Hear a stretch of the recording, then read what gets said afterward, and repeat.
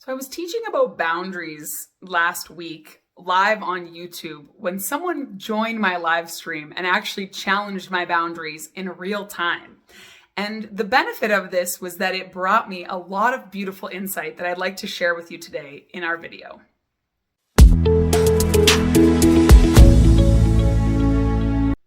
So last week I was on YouTube Live explaining how excited I was to have launched lisadriver.com. I was flipping some oracle cards for some guidance. We were talking a little bit about boundaries, and how funny, because as I was talking about boundaries, one of the commenters on my YouTube Live began preaching about how Jesus is the one way, truth, and light.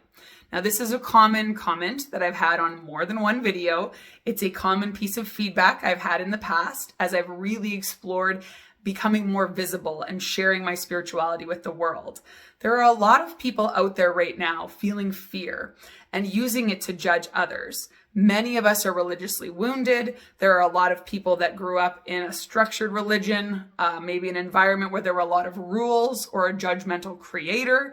And I've spoken very openly about my faith and how it was such a personal journey, and how I believe that the God that I know is a loving and accepting God, and it's more of an energy and an entity that flows to us and through us. Now, I was talking a little bit about this. I was talking about how I believe that Jesus is love, and this commenter just kept pushing. After my YouTube was done, I sat with that discomfort that awakened in me. And it was this sense of, oh, I've been here before. What did I do in the past? Well, often I shut down, or it triggered my unworthiness, or who am I to speak on this? Maybe I don't know what I'm talking about. Maybe it is witchcraft. Maybe I will go to hell.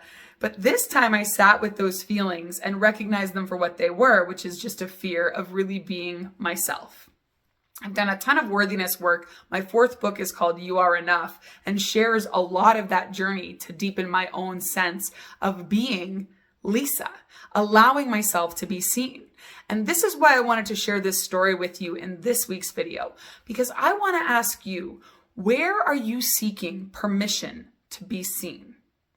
Is there a relationship in your life or a situation that you're finding yourself in where you might have to shapeshift or people please or become something for someone that maybe doesn't fit with who you authentically are becoming in your day-to-day life? The truest version of you who's actually fulfilled and joyful and happy and buckets full. They keep showing me like this expansive energy above and around you where you're shining your brightest. Is there a situation in your life where maybe that's not the case? Now, for me, I've had that feedback in the past and it has closed me off. It's why I didn't have a website for almost 3-4 years. I very much had much more other important things to focus on, and I didn't want people judging me. I didn't like it, didn't feel good. My mentor, Doreen Virtue, had gone on a journey of teaching New Age to now teaching very structured Christianity, and there was a lot of backlash from that. And I myself went on a bit more of an internal journey, digesting that shift for her and trying to find out what was true for me. Now, I'm finally at that stage where I'm pretty confident in my beliefs, in who I am. As I age, I give a lot less hex what other people think. And I was very proud of myself the way I handled this commenter. Now, there's room for everybody's beliefs. Everybody's entitled to their beliefs. We just don't want to shove them down other people's throats. And as a recovering people pleaser, I am very triggered when that happens because I don't like people not liking me. You might relate to this. Raise your hand if you're a recovering people pleaser or if you find yourself doing that nowadays. And that's your challenge. I want you to think about that. And then next week, I'm going to be sharing a beautiful healing relationships meditation. This is going to be a 6-7 minute visualization where we flood a situation or a relationship in particular with some healing light. And we hold that space for that relationship to become mutually beneficial, or to dissolve away and make room for new people in both lives involved or all of the lives involved. Sometimes we hold on to a job because we don't want to disappoint our boss. Well, if we can reframe that, and I talk a lot about this in boundaries, to intend that someone comes along who really loves that position and will fill it with joy, and then you can go on your way to find something that fills you with joy, it's a win-win. And so this meditation is really going to help you get in that mindset and heal the situation so that you're no longer feeling bogged down by that or feeling resentful about that. because there are situations in life where you do need to show up despite not wanting to. I understand that. I think one of the things that I like to teach is that we want to make sure that the majority of our daily inspired action is pursuing the things we truly want. We can still hustle, we can still strive, we can still be on and plan and have our checklists, but we want it to come from a place of grace and a little more flow and a little more embodied joy. So I'm excited to teach you a little bit more about that in the months and weeks to come.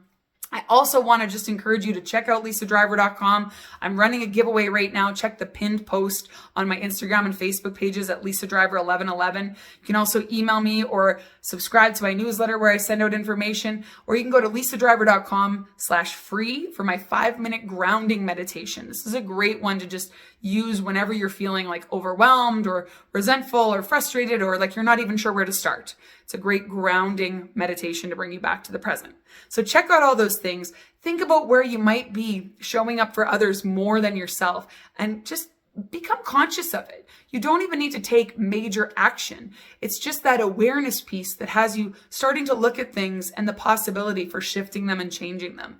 And then tune in next week for that meditation where you can apply that intention and really send that love and open things up a little bit more.